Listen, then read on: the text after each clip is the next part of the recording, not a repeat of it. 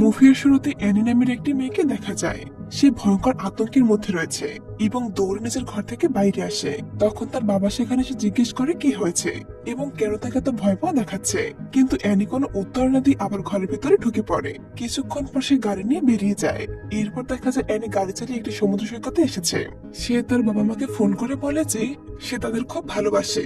এরপর দৃশ্য বদলে যায় এবং আমরা জানতে পারি অ্যানির মৃত্যু হয়েছে। এখান থেকে বোঝা যায় যে ভয়ের হাত থেকে সে পালাতে চাইছিল, সেই অজানা শক্তি তাকে নির্মমভাবে হত্যা করেছে। এই রহস্যময় ঘটনাতে সিনেমার সূচনা হয়। এরপর গল্পের মূল চরিত্র জেকে দেখা যায়। তার বোনের নাম কেলি। একদিন যে সুইমিং পুলে গোসল করছিল, তখন কেলি তাকে জিজ্ঞেস করে তার নতুন বয়ফ্রেন্ডের সঙ্গে সময় কেমন কাটছে। যে জানায় সে ছেলেটির সঙ্গে সিনেমা দেখতে যাবে। পরে যে তার ঘনিষ্ঠ দুই বন্ধু পল ও ইয়ার সঙ্গে দেখা করে। তারা সবাই খুব কাছের বন্ধু। এরপর যে প্রস্তুত হয়ে তার নতুন প্রেমিক ইভার সঙ্গে দেখা করতে চলে যায়। তারা দুজন একসাথে সিনেমা দেখতে যায়। এই সময় হঠাৎ করে থিয়েটারের ভেতর একটি অচেনা মেয়েকে দেখতে পায়। সে তখন জেকে জিজ্ঞেস করে সে কেউ মেয়েটিকে দেখতে পাচ্ছে, কিন্তু যে তাকে দেখে সেখানে কেউ নেই। এতে হিউ অনেক ভয় পেয়ে যায়। সে বুঝতে পারে হিউ নিশ্চয় কোনো অদ্ভুত সমস্যার মধ্যে রয়েছে। হিউ জেকে নিয়ে দ্রুত থিয়েটার থেকে বেরিয়ে আসে। পরে তারা একটি রেস্তোরাঁয় ডিনার করতে যায়। সেখানে হিউ লক্ষ্য করে এক অদ্ভুত মানুষ ধীরে ধীরে তার দিকে এগিয়ে আসছে। এই ঘটনায় হিউ আরো বেশি আতঙ্কিত হয়ে পড়ে। পরদিন কেলে জেকে আগের দিনের ডেট সম্পর্কে জিজ্ঞেস করলে যে জানে তার খুব একটা ভালো লাগেনি, কারণ হিউ সারাদিন একটা অস্বাভাবিক আচরণ করেছে। এরপর আবার যে ও হিউ দেখা করে। কথা বলতে বলতে এক পর্যায়ে তার আরো ঘনিষ্ঠ হয়ে পড়ে।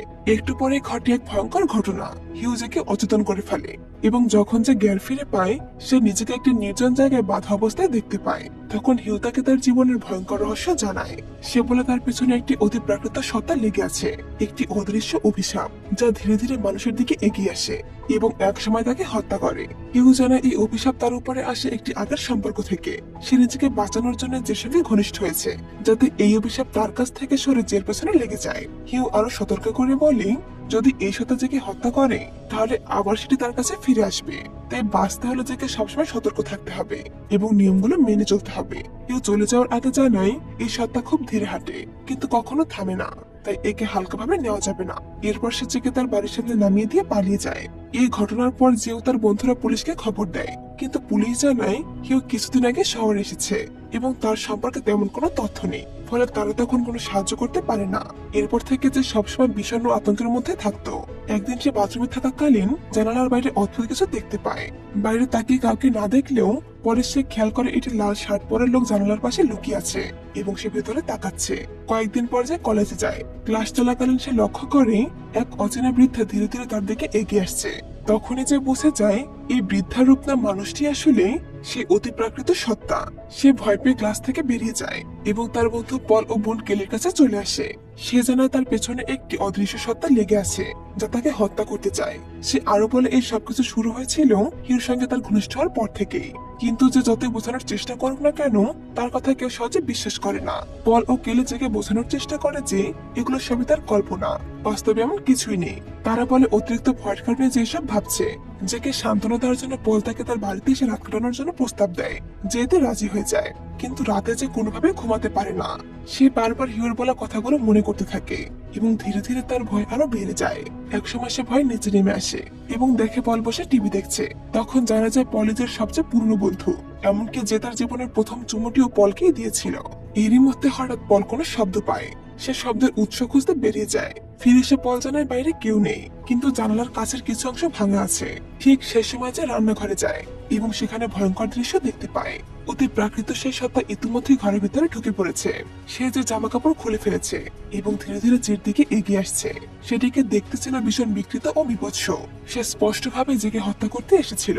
ভয়ে কাঁপতে কাঁপতে যে কোনোভাবে সেখান থেকে পালিয়ে যায় এবং একটি ঘরে ঢুকে দরজা বন্ধ করে দেয়। এদিকে পল ও ইয়ারাজের চিৎকার শুনে দৌড়ে আসে।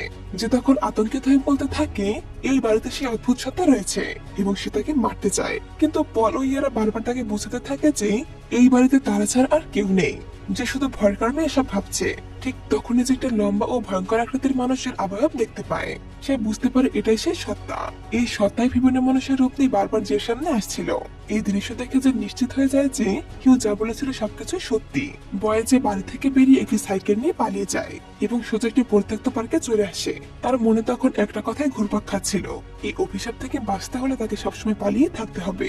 কিছুক্ষণ পর জের বোন ও তার বন্ধুরা সেখানে পৌঁছে যায়। ঠিক তখনই তাদের প্রতিবেশী গ্রেগও সেখানে আসে। গ্রেগ জিজ্ঞেস করে কি হয়েছে, তখন যে তার সঙ্গে ঘটে যাওয়া সবকিছু তাকে খুলে বলে। যে তখন দৃঢ়ভাবে জানায় তাকে অবশ্যই হিউকে খুঁজে বের করতে হবে, কারণ এসব ভয়ঙ্কর ঘটনার মূল কারণ হলো হিউ। এরপর গ্রেগ তাদের সবাইকে নিয়ে হিউকে খুঁজতে বেরিয়ে পড়ে, কিন্তু সেখানে গিয়ে তারা দেখতে পায় পুরো বাড়িটাই ফাঁকা, সেখানে কেউ নেই, ঘরগুলো নিঃশব্দ, যেন কেউ সেখানে কখনো থাকতোই না। সেই মুহূর্তে তারা বুঝতে পারে হিউজের ঠিকানা এবং পরে যা জানিয়েছিল সবকিছুই মিথ্যা। হিউ আসলে জাল তথ্য ব্যবহার করেছিল তার অভিশাপ অন্যের উপর স্থানান্তর করার জন্য। হিউর উদ্দেশ্য ছিল স্পষ্ট, সে যেন নিজেকে বিপদের হাত থেকে বাঁচাতে পারে এবং অভিশাপে অন্যকে আক্রান্ত করতে পারে। হিউর কাজ শেষ হওয়ার পর সে সেখান থেকে পালিয়ে যায়। এরপর জে এবং পল হিউকে খুঁজতে থাকে। তারা হিউর কোনো সূত্র বা তথ্যই খুঁজে পায় না। এক পর্যায়ে তারা হিউর স্কুলের রেকর্ড এবং নথি পরীক্ষা করে হিউ সম্পর্কে কিছু তথ্য পায়। তথ্যগুলো বিশ্লেষণ করার পর তারা জাফের ঠিকানায় পৌঁছায় এবং জানতে পারে হিউর আসল নাম হলো জাফ। জাফ তখন তাদের জানায় এই অভিশাপ তার পিছু ছাড়বে না যতক্ষণ এটি অন্য কাউকে আক্রান্ত করতে সক্ষম হয়। সে আরো বলে যে এবং পলের মধ্যে যে নাটকীয় সম্পর্ক দেখা যায় তার পেছনের মূল কারণ এই অভিশাপ। অভিশাপের শক্তি এতটাই ভয়ঙ্কর যে এটি জেলে যে কোনো সময় যে কোনো মানুষের রূপ ধারণ করতে পারে। যদি কেউ যাকে হত্যা করতে চায় তবে সেই অভিশাপ আবারও জাফের কাছে ফিরে আসবে এবং এটা চক্রাকারে ঘুরতে থাকবে, এটি কখনোই থামবে না। যে এবং পল তখন আরো সতর্ক হয়ে যায়। তারা চেষ্টা করে যেন এই অভিশাপ তাদের উপর কোনো প্রভাব ফেলতে না পারে। জাফ পলকে শরীর প্র্যাকটিস করায় যাতে পল শারীরিকভাবে শক্তিশালী হয় এবং অভিশাপ থেকে নিজেকে রক্ষা করতে পারে। কিন্তু ঠিক সময় সেই অ্যান্টি তাদের সামনে হাজির হয়। পল এবং যে ছাড়া কেউ সেটাকে দেখতে পায়নি, তাই তার উপস্থিতি আরো ভয়ঙ্কর মনে হয়। অ্যান্টিটিটি জের চুল ধরে টানতে থাকে। জের বোন এবং অন্যরা তাকে আটকানোর চেষ্টা করে, কিন্তু অ্যান্টিটিটি তাদের উপরে হামলা চালায়। আতঙ্কে সবাই পালাতে বাধ্য হয়। তারা শেষ পর্যন্ত একটি বোট হাউসে লুকিয়ে পড়ে। সেখানে যে আগুন দিয়ে সেটাকে প্রতিহত করার চেষ্টা করে, কিন্তু সে সফল হয় না। এরপর যে তার গাড়ি নিয়ে পালানোর চেষ্টা করে। পল এবং অন্যরা তাকে বাধা দিতে চায়, কিন্তু হঠাৎ গাড়িটি দুর্ঘটনার কবলে পড়ে, যার ফলে যে অজ্ঞান হয়ে পড়ে। পরের দৃশ্যে তাকে একটি হাসপাতালে দেখা যায়। সেই হাসপাতালে গ্রেগও উপস্থিত ছিল। গ্রেগ তখন বোঝানোর চেষ্টা করে যে এসব ভয়ঙ্কর ঘটনা আসলে তার মনের ভয় ছাড়া আর কিছুই নয়। গ্রেগ বিশ্বাস করতো অ্যান্টিটি বলতে আসলে কিছুই নেই। সে মনে করে যে শুধু মানসিকভাবে ভেঙে পড়েছে। জের মন থেকে এই ভয় দূর করার জন্য গ্রেগ তার সঙ্গে ঘনিষ্ঠ হওয়ার প্রস্তাব দেয়। তার উদ্দেশ্য ছিল যে যেন স্বাভাবিক জীবনে ফিরে আসে এবং তার মাথা থেকে এই ভয়ঙ্কর চিন্তাগুলো দূর হয়ে যায়। যে কিছুটা দ্বিধায় থাকলো সে শেষ পর্যন্ত রাজি হয়ে যায়। এরপর কিছুদিন জের সেই অদ্ভুত সত্তাটিকে তার আশেপাশে কোথাও দেখতে পায় না। এতে যে মনে করতে শুরু করে হয়তো সত্যি সেই অ্যান্টিটি তাকে অনুসরণ করা বন্ধ করেছে। তবু তার ভেতরের ভয় পুরোপুরি কাটে না। সে সবসময় আতঙ্কের মধ্যে থাকে। একদিন জের বোন ও তার বন্ধুরা গ্রেগকে জিজ্ঞেস করে সে কি কখনো অদ্ভুত বা ভয়ঙ্কর সত্তাকে দেখেছে। গ্রেগ তখন জানায় সে এখনো এমন কিছুই দেখেনি। এতে সবাই কিছুটা স্বস্তি পায়। কিন্তু সেই রাতেই ঘটে এক ভয়ঙ্কর ঘটনা। যে দূর থেকে লক্ষ্য করে গ্রেগ তার বাড়ির দিকে যাচ্ছে। কিছুক্ষণ পর যে হঠাৎ বুঝতে পারে এটা গ্রেগ নয়, আসলে এটি ছিল সেই অ্যান্টিটি যা গ্রেগের রূপ ধারণ করে এগিয়ে যাচ্ছিল। সেই সত্তা গ্রেগের বাড়ির জানালার কাছে গিয়ে ভাঙচুর করে ভেতরে ঢুকে পড়ে। এই ভয়ঙ্কর দৃশ্য দেখে যে আর দেরি না করে গ্রেগকে বাঁচানোর জন্য দৌড়ে যায়। সে সেখানে গিয়ে দরজা খুলতে অনেক চেষ্টা করে, কিন্তু কোনোভাবে দরজাটি খুলতে পারে না। দরজা বন্ধ থাকায় সে এবার ভাঙা জানালার পথ দিয়ে ঘরের ভিতরে প্রবেশ করে। ভেতরে ঢুকে যে দেখতে পায় সেটি এবার গ্রেগের মায়ের রূপ ধারণ করেছে। সে গ্রেগের ঘরের দরজার সামনে দাঁড়িয়ে তাকে ডাকছে যেন সে দরজাটা খুলে দেয়। এই দৃশ্য দেখে যে ভীষণ আতঙ্কিত হয়ে পড়ে। সে সঙ্গে সঙ্গে গ্রেগকে চিৎকার করে বলে কোনো অবস্থাতেই দরজাটা খুলবে না, দরজা খুললে তুমি মারা যাবে। কিন্তু গ্রেগ কিছুই বুঝতে পারে না। সে জের কোনো কথা না শুনে দরজাটা খুলে দেয়।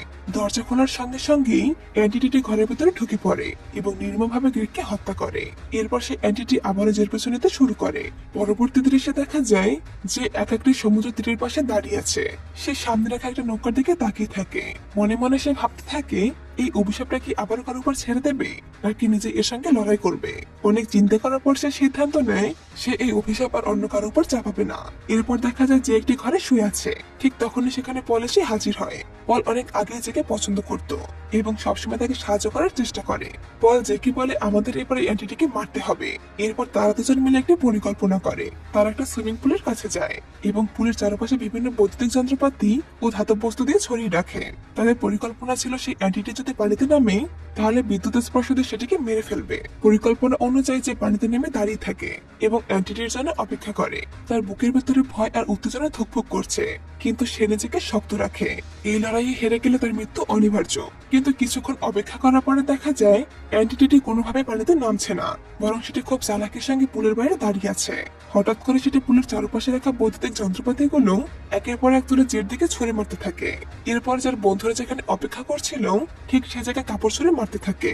এতে করে সেখানে উপস্থিত অন্যরা প্রথমবারের মতো সেই অদ্ভুত সত্তাটিকে দেখতে পায়। তখন সবাই বুঝতে পারে যে এতদিন যা বলছিল সবকিছুই সত্যি। তখন পল তার বন্দুকটি হাতে তুলে নেয় এবং সঠিক লক্ষ্য করে অ্যান্টিটির মাথায় গুলি চালায়। গুলির আঘাতে সেটি পানিতে পড়ে যায়। সবাই মনে করে হয়তো সবকিছু শেষ হয়ে গেছে, কিন্তু যখন যে পুল থেকে ওঠার চেষ্টা করছিল হঠাৎ সেটি জের পা টেনে ধরে। তখন পল আবার দ্বিতীয়বার গুলি চালায়। দ্বিতীয় গুলির আঘাতে সেটি জের পা ছেড়ে দেয়। এরপর সবাই মিলে তাকে সুইমিং পুল থেকে তুলে আনে। কিছুক্ষণ স্থির থাকার পর যে আবার সে পুলের দিকে তাকিয়ে থাকে। দেখা যায় সেখানে আর অ্যান্টিটি নেই, কিন্তু পুলের পানি তখনও পুরোপুরি রক্তে লাল হয়ে গেছে। এই দৃশ্য দেখে বোঝা যায় তাদের পরিকল্পনা পুরোপুরি সফল হয়নি, বিপদ এখনো পুরোপুরি দূর হয়নি।